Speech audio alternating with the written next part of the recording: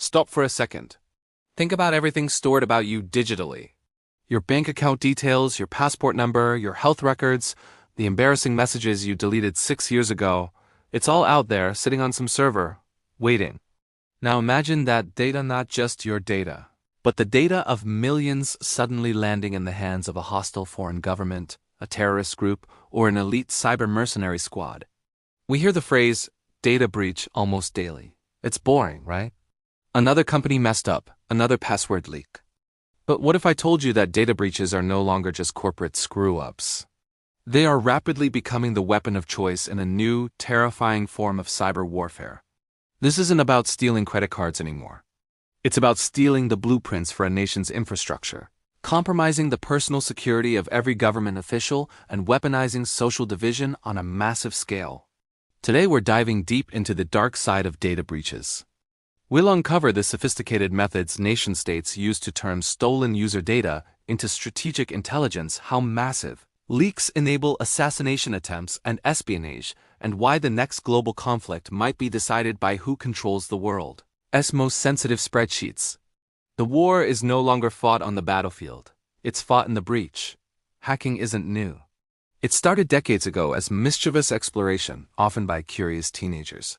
Then came the era of financial crime, where hackers chased bank accounts and credit card numbers. But around the turn of the millennium, state intelligence agencies realized something profound. Information itself is the ultimate strategic asset. This marked the shift from simple cybercrime to cyber warfare. The world realized the power of digital sabotage with Stuxnet, a sophisticated worm designed to physically destroy Iranian nuclear centrifuges. This showed that code could jump out of the digital world and cause real-world kinetic damage. Once states saw the power of digital warfare, the targets evolved. Why attack a highly defended military network when you can attack a less defended utility provider, a health insurer, or a corporate research firm? The goal became not just destruction, but omniscience. Today, nation-states aren't just looking for military secrets. They are looking for vulnerability. And the easiest place to find it is in the vast, often poorly secured, databases of commercial companies. Data is the oil of the 21st century, and breaches are the new oil wells. But how do attackers turn a spreadsheet full of names and birthdays into a strategic military advantage?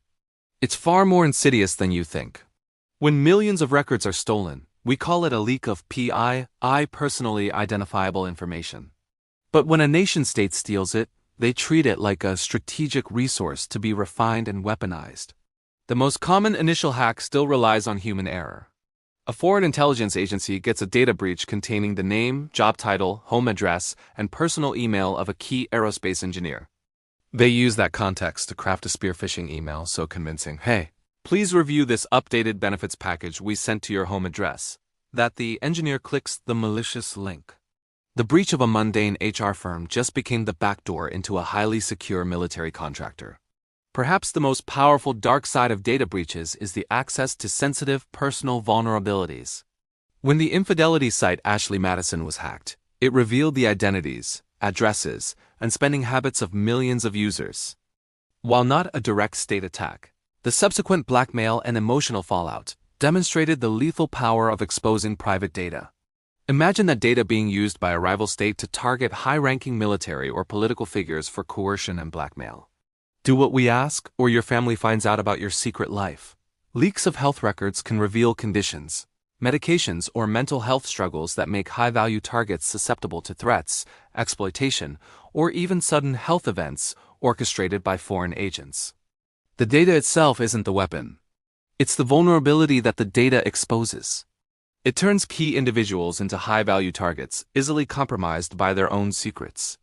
But it gets bigger than the individual. Data breaches are now used to target entire national systems, the very things that keep a country running. Data breaches are no longer just about information theft. They're about sabotage. By attacking the supply chains of essential industries, adversaries can cripple a nation without firing a single shot. Imagine a breach at a major food distributor. The hackers don't steal customer data. They subtly change the temperature logs for refrigerated trucks. Suddenly, millions of dollars of food spoils in transit, creating shortages and panic. Or consider a breach at a pharmaceutical manufacturer. An attacker could alter the chemical formulas for a life-saving drug by a tiny fraction, rendering it ineffective or even harmful. These aren't hypothetical scenarios. State-sponsored groups are actively mapping and infiltrating these networks. A massive leak from a logistics company that services military bases could reveal troop movements, supply levels, and operational schedules. A breach at an energy company doesn't just expose customer addresses. It reveals the schematics for the entire power grid, including its weakest points. The goal is to seed chaos, undermine public trust, and create pre-positioned backdoors that can be activated in a time of conflict. They are turning our own infrastructure against us, piece by piece. So what happens when this chaos is unleashed on an entire population at once? The final, and perhaps most terrifying, stage of weaponizing data breaches is manipulating society itself. This goes beyond simple propaganda. By combining data from multiple breaches, social media profiles, credit card purchases, political donations, travel records, adversaries build a frighteningly accurate psychological profile of every single citizen. With this data, they can micro-target disinformation with surgical precision. They know which voters are on the fence, what their biggest fears are, and what kind of message is most likely to sway them. They can identify social fault lines around race, politics, or religion and flood those specific communities with content designed to amplify anger and distrust. This isn't just about showing divisive ads. It's about creating automated bot networks that mimic real people, infiltrating online community groups, and manufacturing the illusion of a grassroots movement. They can stoke protests, spread conspiracy theories, and erode faith in democratic institutions, all from a keyboard thousands of miles away. It's a form of societal sabotage, powered by our own digital footprint. The goal is to make a country ungovernable from within, to fracture its society so completely that it can no longer mount a unified defense. In this new war, every citizen is on the front line, and their data is the ammunition. The battlefield is your social media feed. So, where do we go from here? The threat can feel overwhelming, but giving up is not an option.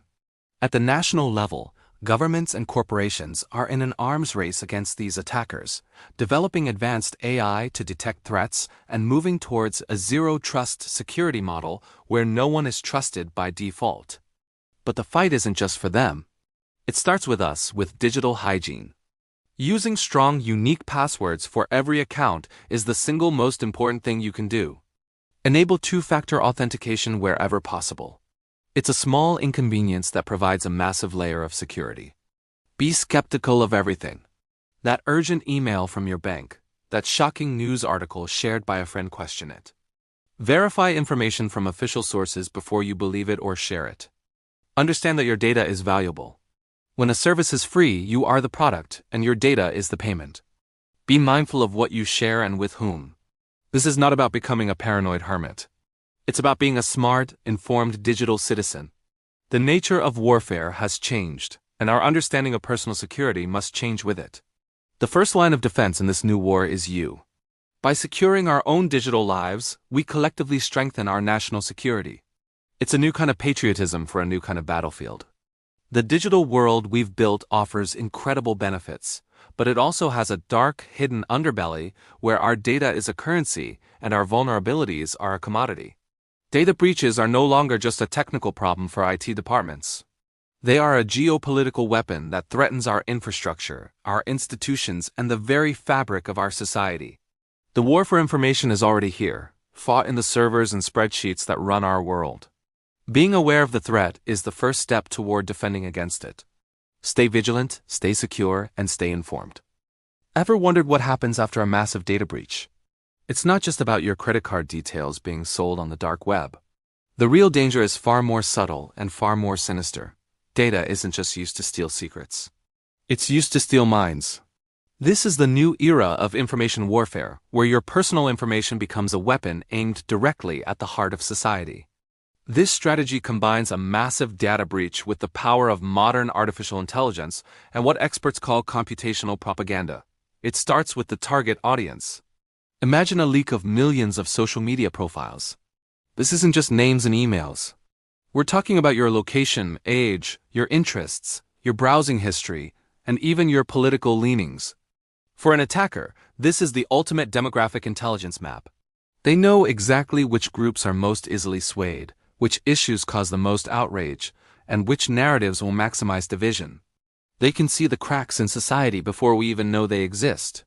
Once they have this map, the micro-targeting machine kicks into high gear. The stolen data allows foreign states to create hyper-targeted influence campaigns. Forget about broad old-school propaganda. Now they can send tailored, inflammatory messages directly to specific vulnerable groups. Think about it. A fake story designed to outrage military veterans is targeted only at users identified as veteran spouses in a specific political swing state. A deceptive financial warning is sent only to people with high debt and low savings, fueling economic anxiety and creating distrust in our leaders. This attack completely bypasses traditional media and censorship. It goes straight to the most receptive minds, planting seeds of doubt and anger. The purpose of this breach isn't monetary. It's to undermine democratic institutions and completely erode public trust. The data breach is the fuel, and the AI-powered influence machine is the engine. But it gets even scarier. When your personal data is breached, it often includes more than just text. It can include your voice recordings from customer service calls, high-quality photos from your profile, or video snippets you've shared. This is the raw material for deepfakes. Imagine a nation-state using stolen voice samples of a leading CEO or a government official to create a hyper-realistic audio deepfake. Suddenly, there's a recording of them announcing a financial crisis that isn't real, or a military escalation that isn't happening. The breach provides the authenticity, it sounds just like them, the AI provides the lie. The goal is to cause immediate, real-world panic before anyone has a chance to verify the truth. The information landscape becomes a minefield, where you can no longer trust what you see or hear. This brings us to the ultimate question of defense. When the attacker is a state with seemingly limitless resources, and the vulnerability is literally everywhere in the apps we use, the sites we visit, the data we share, how can anyone hope to protect themselves? How do you fight a war when the battlefield is your own mind? In our next video, we're going to dive into the strategies being developed to counter this threat. From government initiatives to personal cybersecurity habits that can make a real difference. It's a battle we all have a stake in. The nature of the modern digital landscape creates a profound defense dilemma. State-level attackers are targeting commercial-level security. Most of the data we care about, our health records, financial transactions, and education histories, isn't held by the Pentagon. It's held by private companies, hospitals, and universities. These places operate on profit margins, not national security budgets. This creates a massive talent gap. The world's best cybersecurity experts are often lured away from government jobs to high-paying tech companies. But there just aren't enough of them to go around. A small university medical center simply can't afford the same level of security as Google, even though its patient data is strategically valuable to an adversary. Then there's the regulatory mess. Security standards are fragmented all over the world. The EU has GDPR, which imposes huge fines for breaches, but enforcing it is slow. The US has a patchwork of state and federal laws, which just creates confusion and weak enforcement. The US strategy is now shifting towards something called collective defense, recognizing that the private sector is the front line. This involves things like information sharing, where private companies are encouraged to share threat intelligence with government agencies like CISA in real time. It also involves more government intervention, with the government using its resources to help private companies shore up their defenses. They realize that a breach at a major hospital is a national security failure.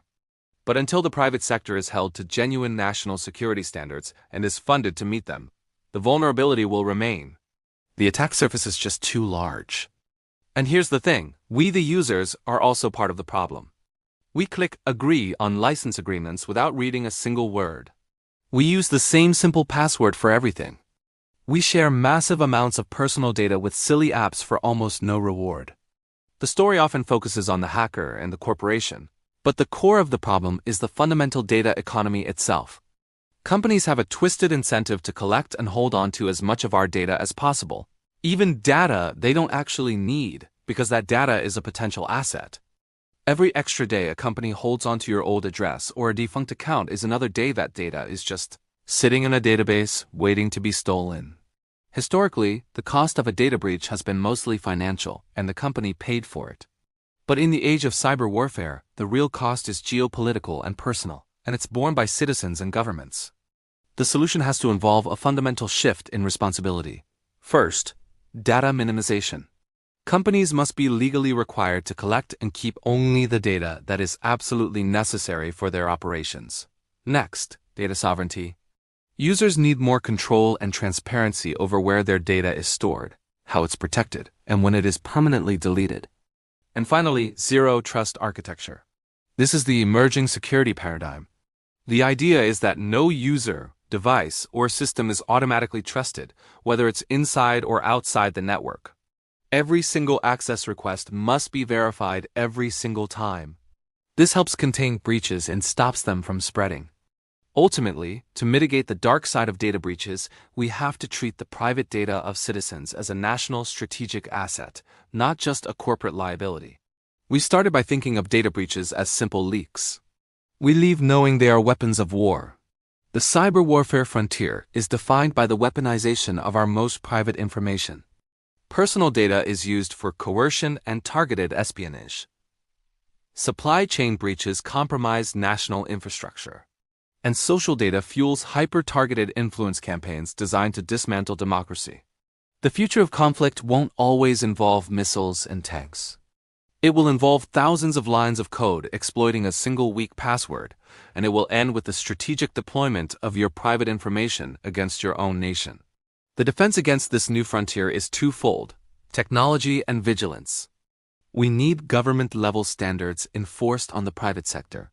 And we need every single user to recognize that their personal data is a strategic resource that must be protected like gold. So, here's my challenge to you. Go right now and check one account you haven't secured in a while. Change that password, use multi-factor authentication, and ask yourself, what non-essential data am I still letting companies hold on to? What do you think is the single biggest vulnerability that nation-state hackers are currently exploiting? Let me know your thoughts and insights in the comments below. If this deep dive into the hidden war fascinated you, hit that like button, subscribe, and ring the bell. We've got more digital battlefields to explore. Thanks for watching, and stay secure.